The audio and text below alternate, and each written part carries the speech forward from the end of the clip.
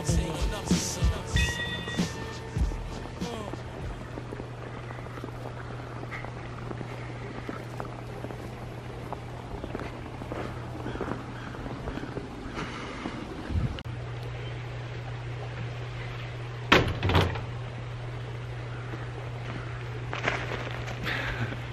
up, fish tank people?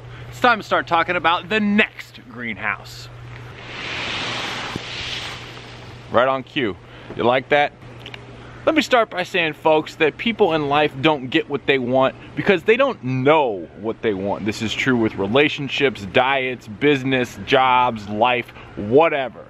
You get what you want when you know what you want. So today I'm gonna break down what I want in a new greenhouse. But before we get into that, I wanna talk about what we already have and what is working with this greenhouse here. And then I'm gonna show you the designs on the next one. All right, so what do we have already? We've got this greenhouse right here. I walk outside, it's like, I don't know, 19 degrees out. I walk in here, it's, you can't see it, but it's almost 40 degrees in here, all right? This greenhouse holds the heat. What is this greenhouse constructed of? This is a Juliana little hobby greenhouse. It's aluminum, made by Germans. You know Germans make all of that stuff. It's got polycarbonate panels, okay? Polycarbonate panels. You can click the links around here. You can see videos I did down at Mike D at Imperial Tropicals. He's got the poly greenhouses that are like the, I don't know, it's a clear plastic basically. Now he's in Florida, I'm in Kentucky, and I got cold winters. I like polycarbonate, 8 mil double wall polycarbonate. It's probably gonna be the way to go because I need heat retention. I need to keep the heat in. I got 5 years of knowledge, maybe almost 6 in this greenhouse keeping heat in. I'm standing here in the snow and it's 40 degrees. I'm happy about that. So first things first, I think polycarbonate panels, if you got knowledge on this, drop me a comment on what you think about using something other than poly here in Kentucky. All right, so we've talked about the panels. Let's talk about the slab. Let's talk about the foundation. You gotta have a good foundation. This foundation of this greenhouse is concrete. It's about, I wanna say 6 inches. It's got 6 footers, 2 in the center, and then all 4 corners have concrete footers put in to hold the greenhouse down. It's been here for like 6 years. Concrete's the bomb. The problem is concrete is expensive. Note on negotiating this concrete, the guy's name I think was Henneman. He's one of the biggest dudes I've ever seen. Dude throws around bags of concrete all day, not to mention he was taller than me. He looked like a former linebacker, Ray Lewis style, only was a white dude. But either way, dude could have totally destroyed me. All negotiating was done over the phone because I was afraid of this man. He did a fantastic job on the floor. I love the concrete slab. However, a concrete slab that's 25 by 12 cost me $4 grand. If I'm gonna go twice as big in the greenhouse, which I wanna go way bigger than that, you know, $4 grand times 2, that's 8,000 bucks. I might be able to get a little bit of cheer, but that's a lot of capital. One of the things I do like about the concrete slab is it makes it easy to put tanks on. I got a level surface. I don't have to worry about like gravel. It also keeps the heat in. Keeps the heat in. However, it is a pain when it goes to drain. So I'm debating a concrete slab. But as we walk out of the greenhouse here, I want to show you something talking about the concrete slab. The concrete slab has been fantastic. Like, I'm hard on stuff. Josh is your Uncle Josh. Like, we're both just ridiculously tough. Concrete's held up. I remember somebody made a comment like, oh, that concrete might crack. Hell no, the concrete's fine. But check this out. While the concrete's fine, I've got this. This is part of the next design. This is the concrete here. Underneath here is gravel. They put a layer of gravel down. But I had to build this greenhouse up 6 inches here, and that's to have more space. So I want to talk now about how big, how tall, and the dimensions of the next greenhouse. And now I want to talk about the dimensions of the next greenhouse. You'll note that I am doing this outside on a snowy day, not only because I can use the wonderful snow as a drawing board, but also because my children are home on a snow day, and there's no peace and quiet, but nothing but total bedlam going on inside of my home at this moment. Okay, so here is my greenhouse today. We have a 24 by 12 greenhouse today. Like that, isn't that great? Now, what I would like to do is I would like to go at least 4 times as large as that. So I'm gonna use my wonderful cold drawing finger right here. This is 25, that's 12. We're gonna extend this, that takes you to 25. That takes you, we're going to 50. We're going down here. So 50 by 25. The problem is, what I just pointed out is that a 50 by 25 slab, using the math that I already know $4 grand for the 25 by 12 slab, 4 times 4, you're looking at 16,000 bucks just to get concrete in the bottom.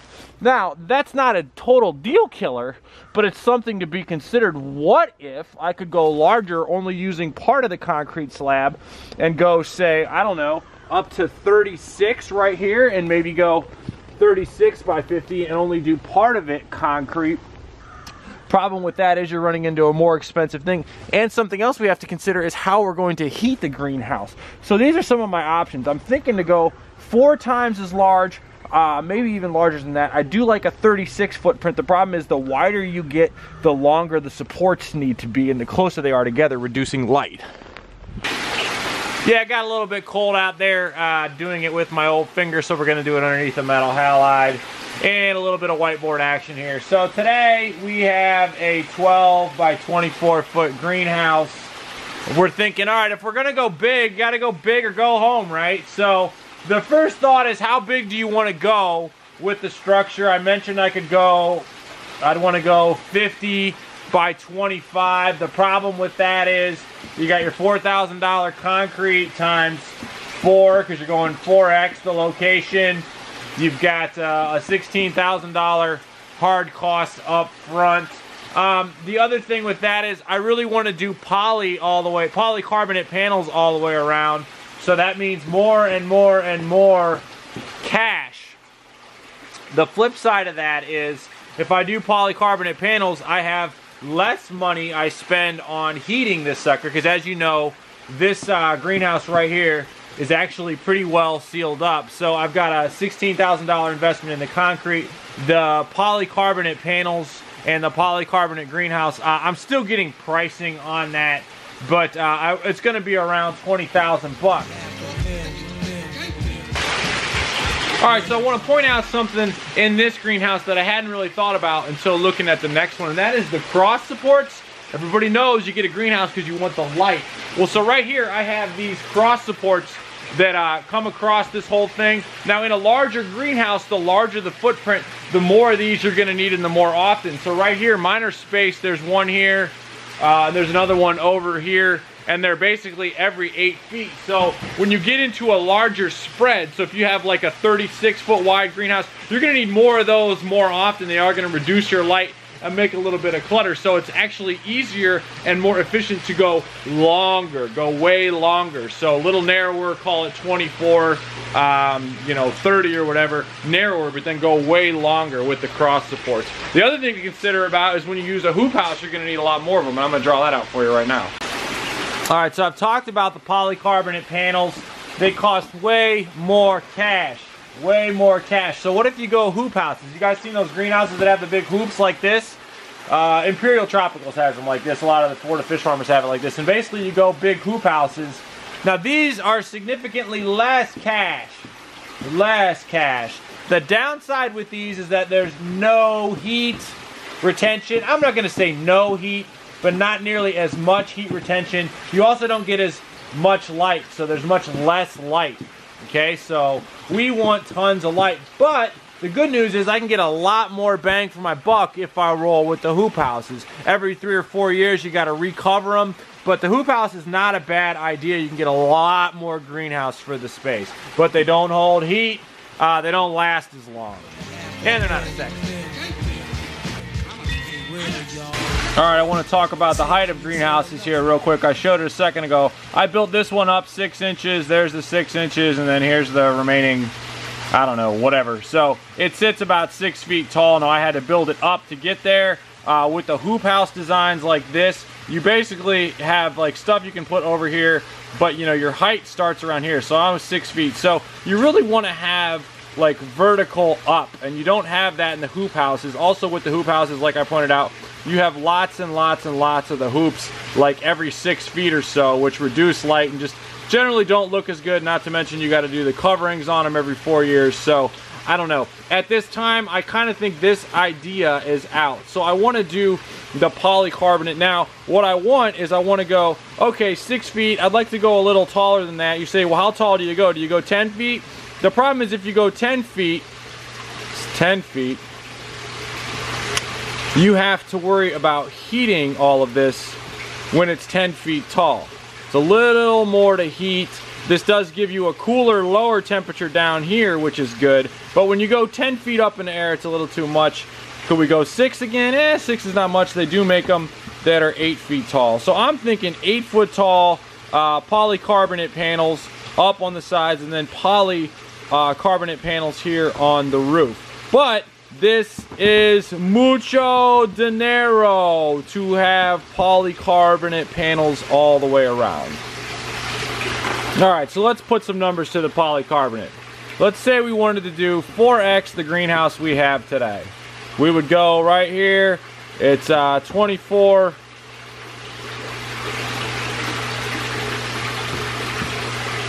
by 48. 24 by 48. You can look online, you see that. 24 by 40, I don't know if you can see it with the glare. That's about 19,000 bucks. Okay? That's $19,000 to go 4x where we are today. That doesn't include the concrete slab, which we talked about. I'm going to call concrete 4K times 4K equals 16 grand. Add those two up, public math, put the 6 over there, makes it 25, makes it about $35,000.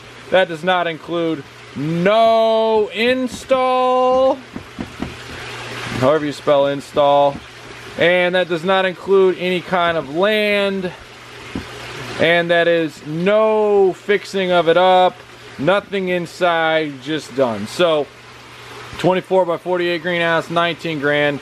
Not to mention, God knows installation's probably 10 grand based on what I've talked to. So we're looking at about $45,000 with no land, no nothing, just to get 4x what we have today. But folks, what if there was a used greenhouse? What if there was some sort of an option that I could just like buy something that was already built and ready to go? I wonder if that exists. Yes, folks, something like that does exist. And it exists here in Lexington. And it's for sale. And it's been for sale for, I don't know, 10 years? So yeah, now you can see what I've been obsessed with for the past 6 months.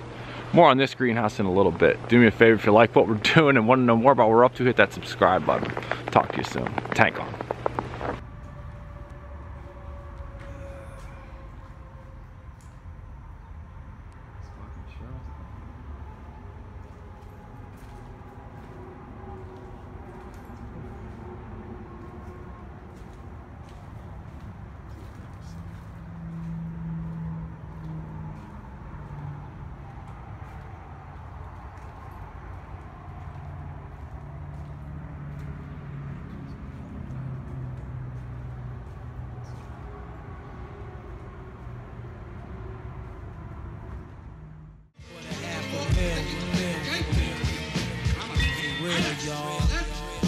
Taking you on another one.